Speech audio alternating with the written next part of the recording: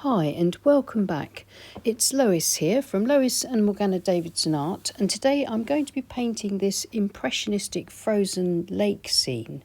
I'll be using salt to get some pretty sort of frost patterns in the foreground, but to start with I'm going to use the wet in wet method, and I'm going to use a flexible plastic card to apply the paint instead of a brush. I'm going to use it this way because I get different marks by applying the paint with the plastic card, and it's a really interesting way to paint and can give some really interesting results that are fun to work with. Here's my card, and from left to right you can see the paint that I've applied freshly from the tube: Payne's Grey, Indigo, Sepia, Alizarin Crimson and Burnt Sienna, and we'll see what that gives me. I'm looking for a sort of frozen lakeside scene, and so I'm going to be trying to create marks that will suggest or start to suggest a distant tree line and the lake itself and the lakeside bank bottom right. Just going to be building this up as an impressionistic scene. This is a sort of thing I do as a warm-up exercise.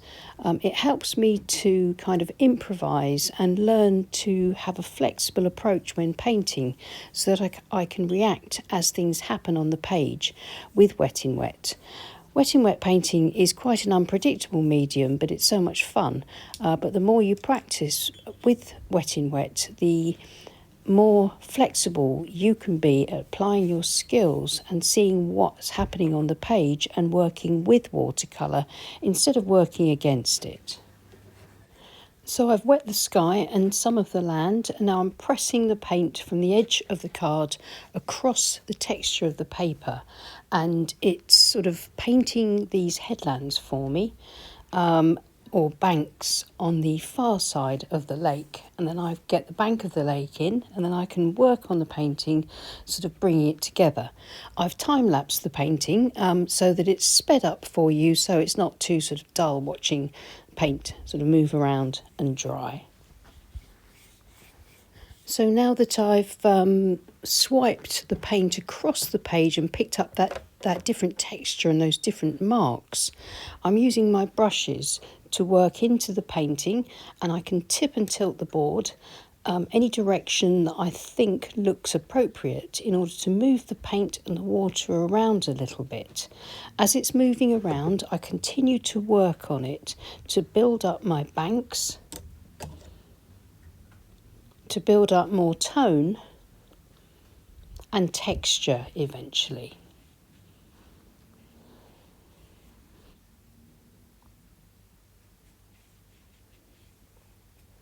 I like the 3/4 inch flat brush for moving the washes around here.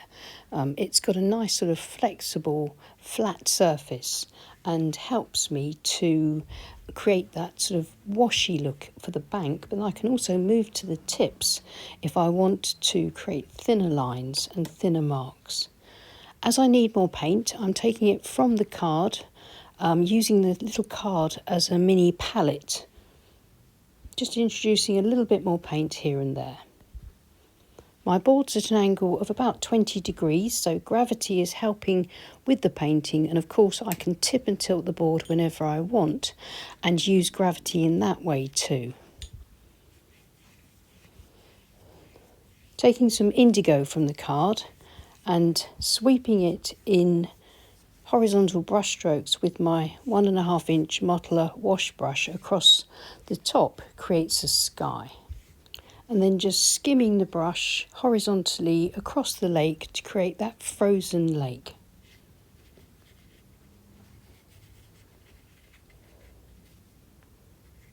Adding stronger paint to the foreground.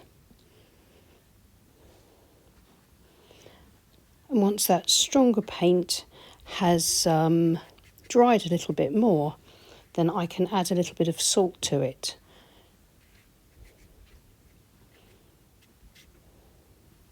When I add the salt to it, it needs to be almost dry, just damp, so that I get little sort of frost patterns, rather than it creating a sort of muddy mess, which is what will happen if you sprinkle salt onto very wet paint. It just dissolves the salt and just looks a bit strange. So you need to wait until the sheen's just about gone off the paper and then carefully sprinkle just a few grains into the front.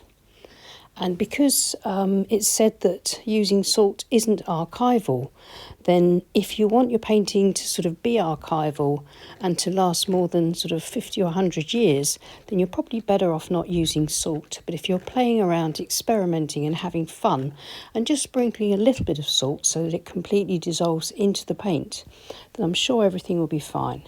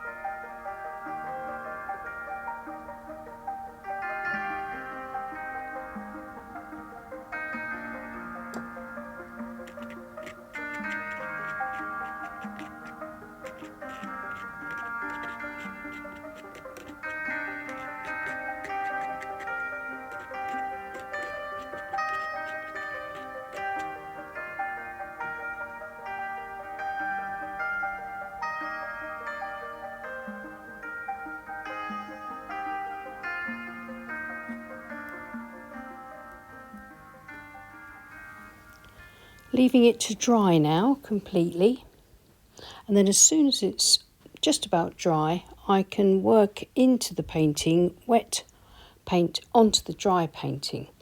The sky is still a little bit buckled. That will flatten out as it dries because I thoroughly soaked the sky, so it's taking a little bit longer to dry out, but the rest is dry enough for me to work on. Just adding a few darks along the far bank. And then I'll begin to work a little more on the trees.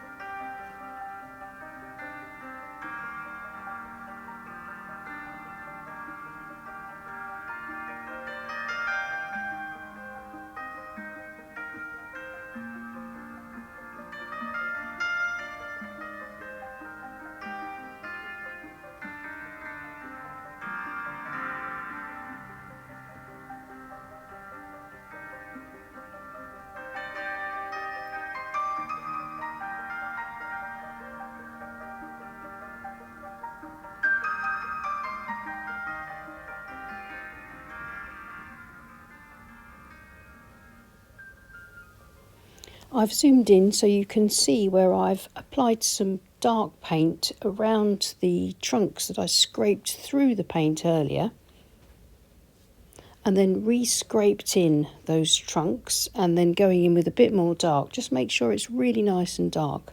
Because the trunks are not showing up quite as much as I'd like, I'll add some white gouache a bit later. I'm just going to finish off the rest of the painting, strengthen up the trunks, going across this light area in the background just to join the trunks to those background trees. And add a little bit of tone, not too much because I want those to be quite pale and distant, but they should still have more tone across the bottom where they're in shadow.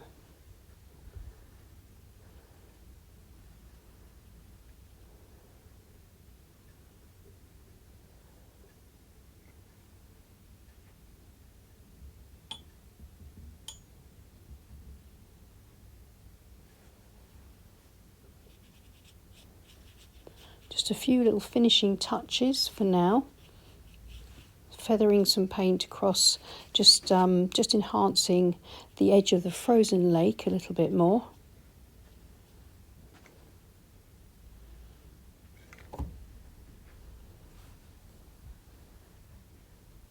And now I'll remove the tape because I'd like to have a look at it without the tape and just see how it looks with its clean white border. This helps me to assess the painting and to see what I need to do to it. In a way, it sort of allows me to see it with fresh eyes. Some people will look at their painting through a mirror or through their camera on their phone, and that just gives them that little bit of distance so they can see what they need to do. I'm just going to enhance the edge of these trees a little, using a small calligraphy brush and using a little bit of quite light value alizarin crimson and burnt sienna from the card, and then I'll add a little bit of dark into that as well. Here's my white gouache. I'm just going to dip straight into the tube with the tip of my brush and carefully paint over the light tree trunks and a few branches.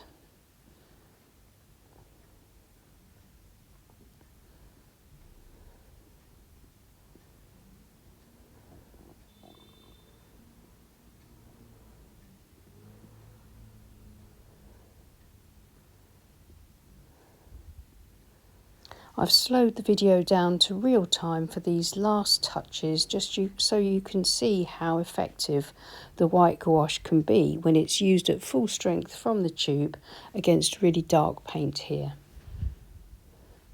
And I think that's probably all I'm going to do to this. I could add some birds, I could add some people out for a walk, but I'm going to leave it like this. I really enjoyed painting this group of trees especially, and the trees over on the left. I really think they're effective. And the nice thing about a warm-up like this is that you can discover some really interesting effects just by letting yourself experiment and go with the flow and see what you can do with what watercolour gives you. I hope you found that helpful and that it'll encourage you to experiment yourself sometimes without necessarily trying to produce a finished painting. I mean, I think this is a finished painting. I'm very pleased with how it's turned out, but that wasn't my intention. My intention was to sort of mess around and play and see what happens. And that's how we can take the pressure off ourselves and really enjoy the painting process and just relax into it. Well, thank you so much for watching. Please leave us a like and subscribe to our channel if you haven't already. And thank you so much to everyone that supports us on Patreon. And I'll see you again soon. Take care and happy painting. Bye.